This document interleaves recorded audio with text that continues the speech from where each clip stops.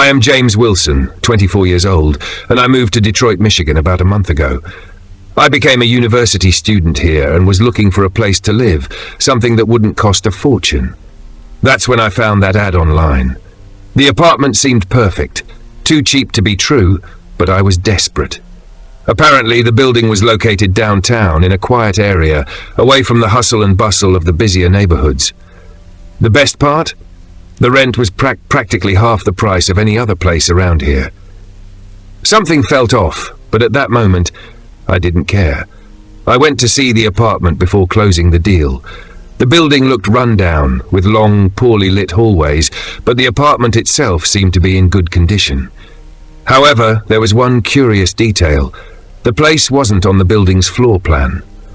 I asked the manager about it, and he simply said it was one of the building's old apartments, but for some reason, it hadn't been registered on the current maps. I found it strange, but let it go. The manager seemed so indifferent, almost as if the building was an abandoned place. For some reason, that attracted me even more. I signed the contract and moved in soon after. The first few days, everything seemed normal, or at least it appeared to be. The building had that old feel, the kind of place you wouldn't want to live in but would accept because of the cost. The walls creaked, the floor was worn, but nothing that bothered me. The apartment, located on the 3rd floor, was compact but had what I needed: a small living room, a simple kitchen, and the bedroom.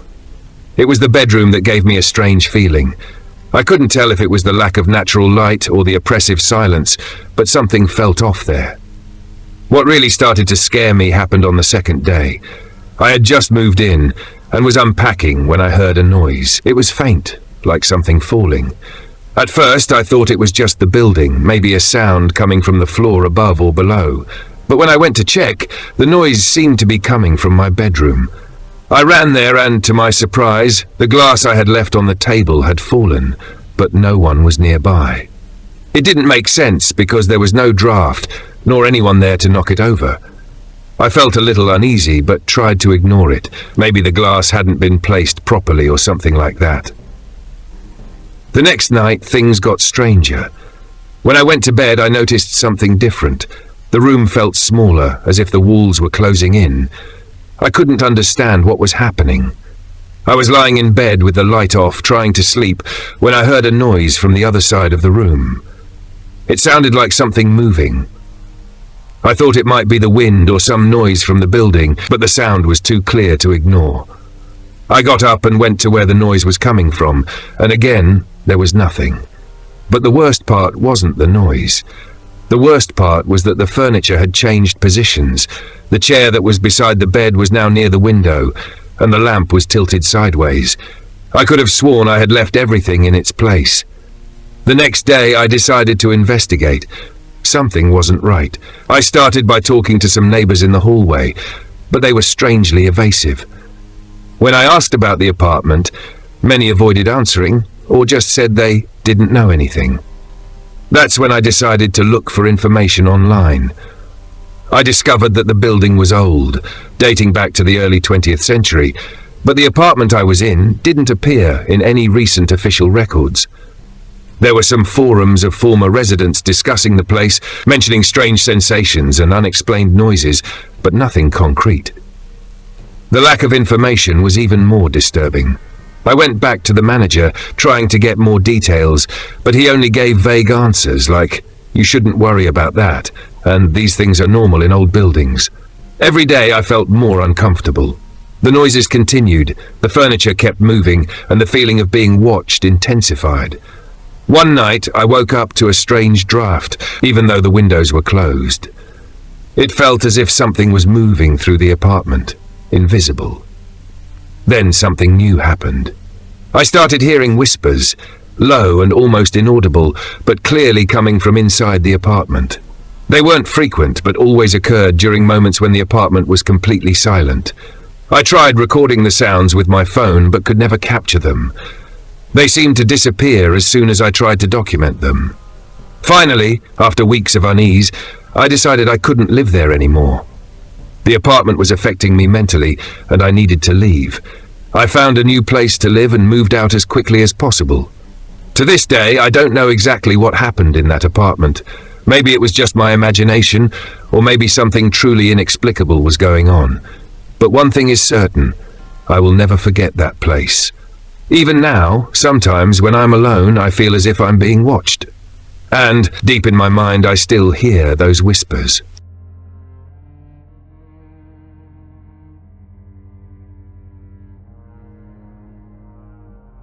My name is Amelia Redgrave. I am 29 years old, and I'm from Manchester, England. Last year, I moved to New York to work at an advertising agency in Manhattan. It was a big leap, both for my career and my life. I always dreamed of living the famous New York life, and when I managed to rent an apartment in a luxurious building on the Upper East Side, I felt like I had achieved something that once seemed unattainable. My building was one of those imposing structures with a smiling doorman at the entrance, golden chandeliers in the lobby, and of course, one of those old elevators with iron doors and retro charm. Everything seemed like a dream, at least at first. Within the first few weeks, I noticed the elevator had something peculiar about it. Nothing serious, just some quirks I attributed to the age of the structure. Sometimes it took forever to arrive, and other times it stopped on floors that no one had called. I thought it was just in my head until, during a casual conversation with an older neighbor, she said something that stayed with me. "Dear, never get on the elevator after 2 in the morning. Trust me, you won't like what you find." She said it so casually that I laughed, thinking it was just one of those bizarre superstitions. After all, the building had a lot of old stories, and elderly residents were known to create myths.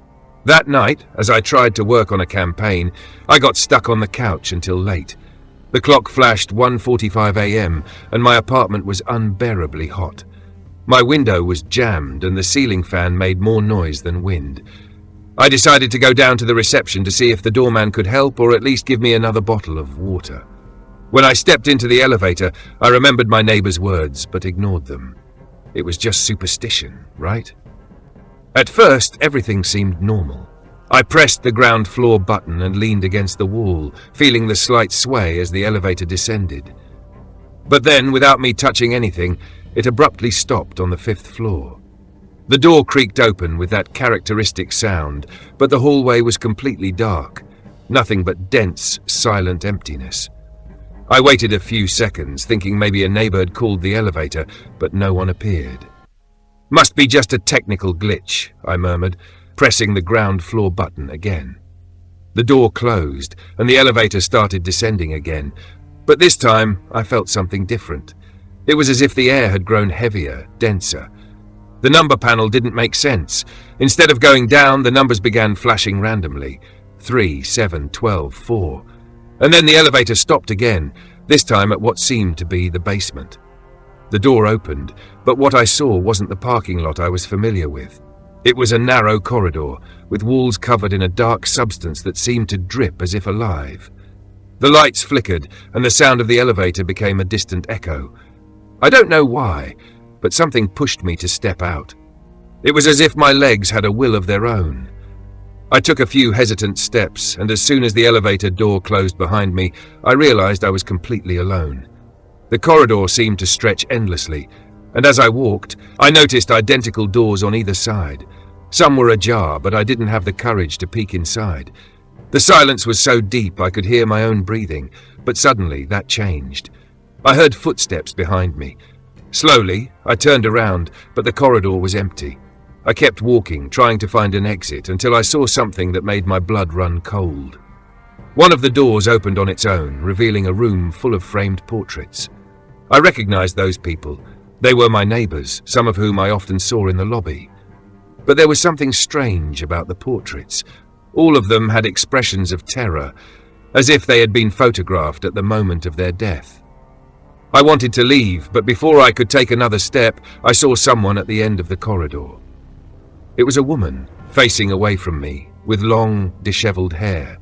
She seemed to be murmuring something, but she was too far away for me to understand. Against all logic, I called out to her, but the figure simply vanished like smoke. Panic began to take over, and I ran back to the elevator. I pressed the button repeatedly, almost punching the panel, but it didn't move. That's when I heard voices around me coming from all directions, as if the walls were alive.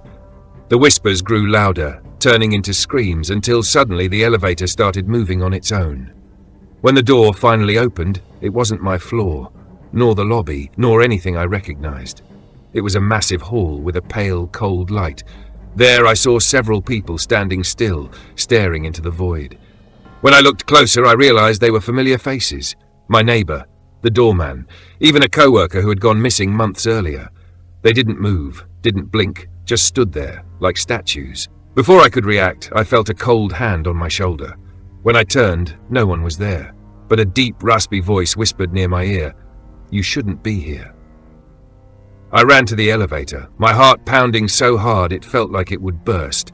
I pressed every button, begging for it to end. The elevator finally stopped on my floor, and I bolted straight to my apartment. I locked the door, turned off all the lights, and curled up on the couch, trying to make sense of what had happened. When I finally gathered the courage to look out the window, I saw the elevator descending on its own, stopping on non-existent floors. To this day, I avoid using that elevator after midnight. I've never told anyone in the building about this, but every time I walk past it, I feel like something is watching me.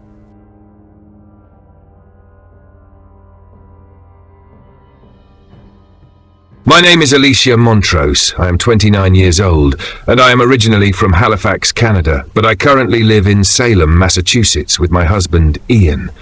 We both have always loved places with history, so when we found an apartment in a renovated building that used to be an 18th century convent, it seemed like the perfect place. The building was charming, with that touch of antiquity Ian loved. But for me, what really caught my attention was the mirror in the bathroom. It was an antique piece, with a hand-carved wooden frame that looked like it had been crafted by hand. I even commented to Ian that it was amazing it had survived the renovation. He agreed, but didn't give it much thought. In the first few days, everything seemed perfect. It was the apartment of our dreams, with a view of the city's historic downtown. But little by little, I started noticing things that bothered me. Every time I was alone in the bathroom, I felt a slight pressure in the air, as if something was watching me. At first, I tried to ignore it. It must be my mind playing tricks, I thought. But the more I looked at the mirror, the more I felt something was wrong. One day, while I was brushing my hair, I saw something strange in the reflection. It was quick, like a blur in the corner of the mirror, but it disappeared before I could focus on it. A few days later, while Ian was out, something happened that terrified me. I was brushing my teeth, staring absently at the mirror, when I noticed something moving. At first, I thought it was just my imagination, but then I saw it clearly. A pale girl with sunken eyes and a sinister smile. She was mimicking my movements, but it wasn't my reflection. When I stopped, she kept moving. She raised her hand, but I didn't move. My heart raced, and I ran out of the bathroom, locking the door behind me, as if that would help. I was terrified, but didn't know how to tell Ian without sounding crazy. When he got home, I made up an excuse to avoid going into the bathroom and tried to forget what had happened. But of course, that didn't work. The following nights were a torment. I avoided looking at the mirror, but it was as if it was calling to me. Every time I passed by the bathroom, I felt that shiver down my spine, that sensation of being watched.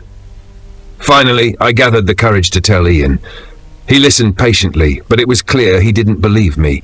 He said I was too stressed and suggested we take a vacation. That same night, while we were getting ready for bed, Ian went into the bathroom and stayed there longer than usual. When he came out, he was pale and didn't say anything. I asked what had happened, but he just shook his head and said he was tired. The next morning, he admitted he had seen something in the mirror. "I don't know what it was," he said, avoiding my eyes, "but you're not crazy." That's when we decided we needed to get rid of the mirror. Ian suggested selling it, but I couldn't bear the thought of someone else going through what we did. We decided to break it. We took a hammer and brought it to the backyard. When Ian delivered the first blow, the sound was deafening, as if the glass was screaming. I can't explain it, but it felt like something was being released. When we were finally done, we gathered the pieces and threw everything away. We kept the frame because it seemed harmless, and frankly, I didn't want to think about it anymore. But it didn't take long to realize something was still wrong. Wherever we placed the frame, there was a strange shadow around it. It didn't matter how the room was lit, that shadow was always there, as if the frame carried a piece of whatever had been in the mirror. We decided to get rid of the frame too. We sold it to a local thrift shop for a ridiculous amount, just to get it out of the house. I thought that would finally set us free. But a few weeks later, a man knocked on our door. He introduced himself as the buyer of the frame and said he had some questions. His approach was strange. He didn't directly ask if we had experienced anything unusual, but his words carried a weight that made me uncomfortable. "Do you know where this frame came from?" he asked, as if he already knew the answer. Ian tried to dodge the question, but I knew what he was really asking. Before I could respond, he looked directly at me and said, "Something happened to you while you had it, didn't it?" My mouth went dry and I felt my stomach turn. I didn't say anything, but he seemed to understand from my expression. "You did well to get rid of it," he said before thanking us and leaving without saying goodbye. After that, we never heard from him again, but something about that conversation left me uneasy. It was as if he knew more than he was letting on, as if he was carrying a secret better left unshared. Even without the mirror and the frame, the feeling of being watched never completely disappeared. Some nights, I wake up in the middle of the night with the sensation that someone is in the room. I've tried to convince myself it's all psychological, an echo of what we went through, but deep down, I know it's not just that. Ian feels it too. He never admits it, but sometimes I catch him looking down the hallway or into the corners of the room as if expecting to see something. We moved apartments a few months ago, but even here the feeling persists. I can't explain what happened in that apartment or what was in that mirror. Maybe I'll never know. But one thing is certain, no matter where I go, I'll never buy anything from an old place again. Some things simply carry pieces of the past that should stay buried, and sometimes, no matter how much you try to run, they end up finding you.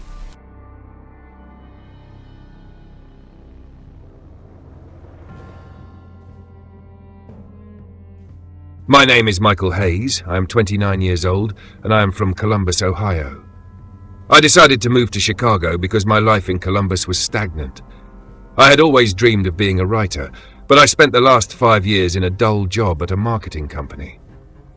After a complicated breakup and feeling the need for a change, I decided to gather my savings and start over. I found an old apartment in Hyde Park at a price that seemed too good to be true. The place had personality, something that would inspire me to finally finish the book I had been putting off for years. On the first night, everything seemed normal until around 11 o'clock, when someone knocked on the door. I didn't know anyone in the building yet, so I thought it was strange, but figuring it might be a neighbor introducing themselves, I went to answer. When I opened the door, I saw a man in his 50s, wearing an old-fashioned suit and a hat. He introduced himself as the building manager and began giving me some rather odd instructions. He said, with a calmness that made me uneasy, that I should never leave the apartment after midnight, never look out the window after 3 a.m., and most importantly, always check who was at the door before opening it. I thought it might be some kind of welcome prank, but he didn't smile at all. He just gave me that serious look and told me to take the rules seriously before leaving. In the following days, a strange feeling took hold of me, as if something wasn't right in that building. I saw the neighbors, but no one talked about the manager. I asked a few about him, but whenever I mentioned his name, the reaction was always the same, an uncomfortable silence, as if it were a forbidden topic. It was as if everyone wanted to avoid talking about him, but at the same time, there was a tension in the air, as if they all knew something I didn't. I felt increasingly disconnected, as if I was being watched, but I didn't know by whom or why. I decided to talk to the elderly lady who lived on the floor below. When I mentioned the manager, she looked at me with an expression of dread, and what she said made me even more uneasy. He never left. The lady seemed on the verge of a breakdown, and before I could ask more, She hurriedly moved away, mumbling something incomprehensible. I stood there, trying to figure out what she meant. What was going on in that building? Why did everyone seem afraid to talk about the manager, yet he was no longer around? That night, on impulse, I decided to talk to other residents of the building. The conversation always started well, until the manager was mentioned.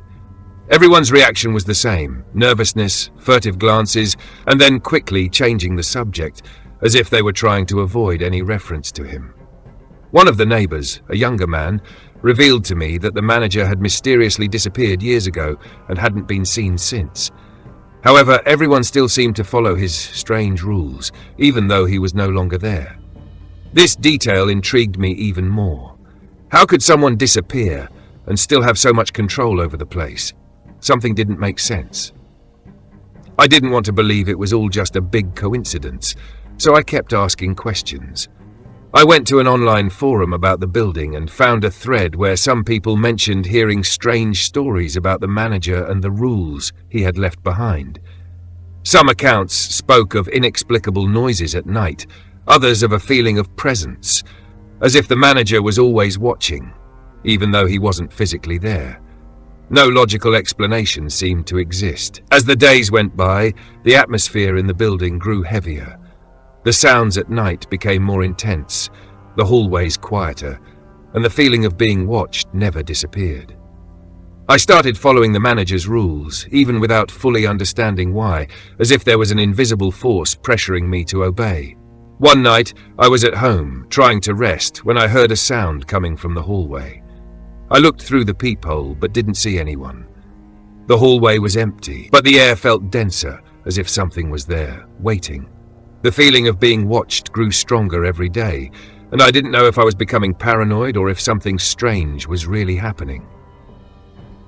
Over time, I began to wonder if the manager had truly disappeared or if he was still somehow around, perhaps as a ghostly presence or, who knows, a living memory controlling everything around him. The rules he had given me began to haunt me, and I found myself questioning my sanity, not knowing if I was dealing with a mystery greater than I had imagined. Then one day, a new tenant moved into the building, a single mother with a small child. She seemed anxious, a bit lost, trying to adapt to the new place, just as I had done months earlier. That night she knocked on my door, and when I opened it, I could see the worry in her eyes. Something familiar. She started asking the same questions I had asked the elderly lady, asked about the manager, about the rules, and about what was really going on in that building. I looked at her with a mix of understanding and fear.